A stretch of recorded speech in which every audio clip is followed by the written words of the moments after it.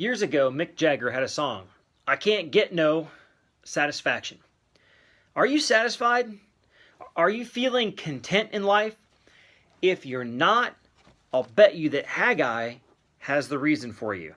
This is one reason of many, but one possible reason why you just may not be satisfied. Take a look.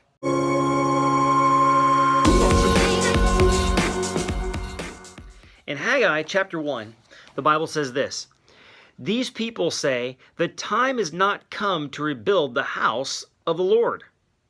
It's not time to do that yet. There'll come a day when it's a really convenient time to do everything we want to do for the temple, for the church, for the house of God. Is it time for you to dwell in paneled houses while this house lies in ruins? This is what God says. So it is time for you to build your own house, to make it really nice. But my house, forget about it, right? Verse 6. You've sown much and harvested little. That doesn't even seem right. If you sow a lot, you reap a lot, right? No, not these people. They sow a lot, they harvest little.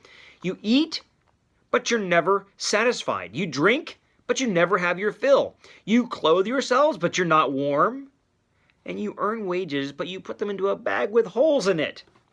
Why are you not satisfied? You're going through all the motions that you would need to be satisfied. Verse 7, thus says the Lord, consider your ways. Go to the hills, bring wood, build the house, that I may take pleasure in it and may be glorified. Why, declares the Lord? Because my house lies in ruins, while each of you busies himself with his own house. What is God saying here in Malachi or in Haggai? He says this: give to God first. You say, well, I have only this amount of resources or money or whatever, and I need to use it on myself, and if I have any left over, I'll give to God. And that was their idea. But there just wasn't time. There just wasn't resources. And God says, all right, I don't have time to bless you. I don't have time to alert you to the fact that you're putting money in a bag with the holes in it. Or the fact that your crop is getting all eaten up by varmints. I don't have time to deal with that. You don't have time for me.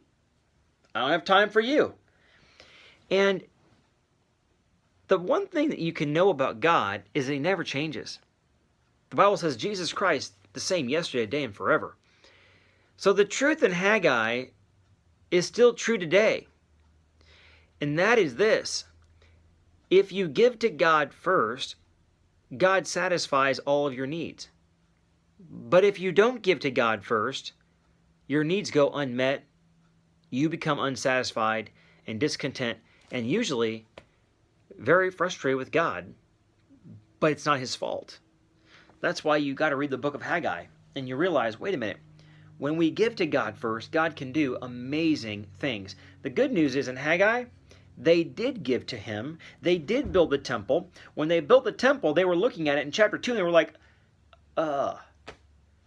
this isn't as good as the old temple. The old men were actually weeping when they saw it because they were like, this isn't as good as the old temple we used to know before. And God comes in and He says, listen, this temple here, you think it's not as good? But these people gave, and they built this. And I'm going to bless this temple more than I blessed the first one. And guess what? He did. It lasted hundreds of years longer, and it welcomed in His own Son, Jesus Christ. He graced the temple with His presence. God did more in that second temple that wasn't as pretty, with the sacrifice of people, than He did with the first. The challenge for you and me is to ask ourselves, are we giving to God first? If we're not satisfied in our lives, there might be a problem with how we give to God. Do some business with God today. Ask Him that question. How's my giving to you? Am I giving to you first?